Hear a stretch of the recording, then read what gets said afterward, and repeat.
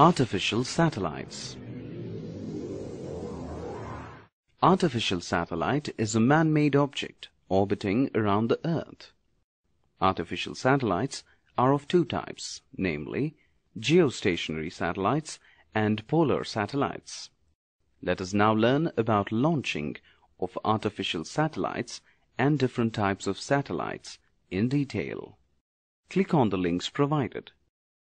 Geostationary satellites are those satellites whose period of revolution around the Earth is equal to the period of rotation of the Earth. Geostationary satellites appear to be stationary as they revolve around the Earth from west to east. The period of revolution of the satellite is equal to the period of rotation of the Earth, and they revolve in the equatorial plane. The orbits followed by geostationary satellites are called geostationary orbits or parking orbits.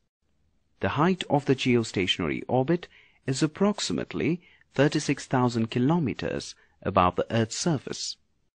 The orbital velocity of a geostationary satellite is nearly equal to 3.08 kilometers per second. Geostationary satellites are used for communication purposes.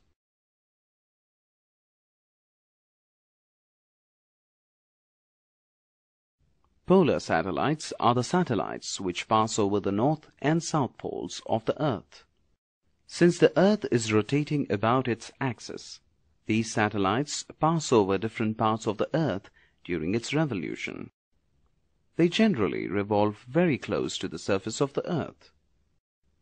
These satellites are employed by the Army for spying and surveillance of the movements of tanks and ships and other vehicles. They are also used for weather monitoring and remote sensing. Mouse over on the underlined text for more information.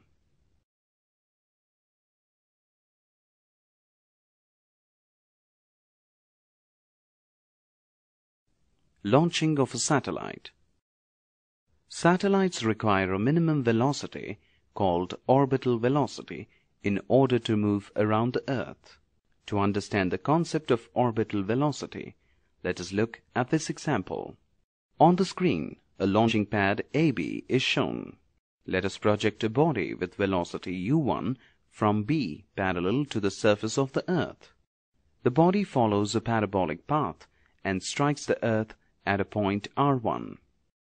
Now throw the object with greater velocities u2 and u3. The corresponding points where the body hits the ground are R2 and R3. R3 is a point just opposite the launching pad.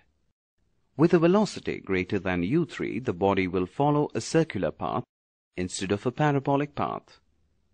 This is the orbital velocity. For a velocity greater than the orbital velocity, the orbit becomes elliptical.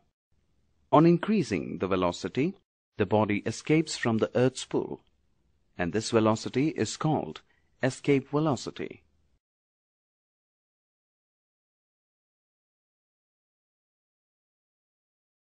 Let us try to impart orbital velocity to the satellite. The required orbital velocity is imparted by using a multi-stage rocket. Now let us understand the working of a three-stage rocket.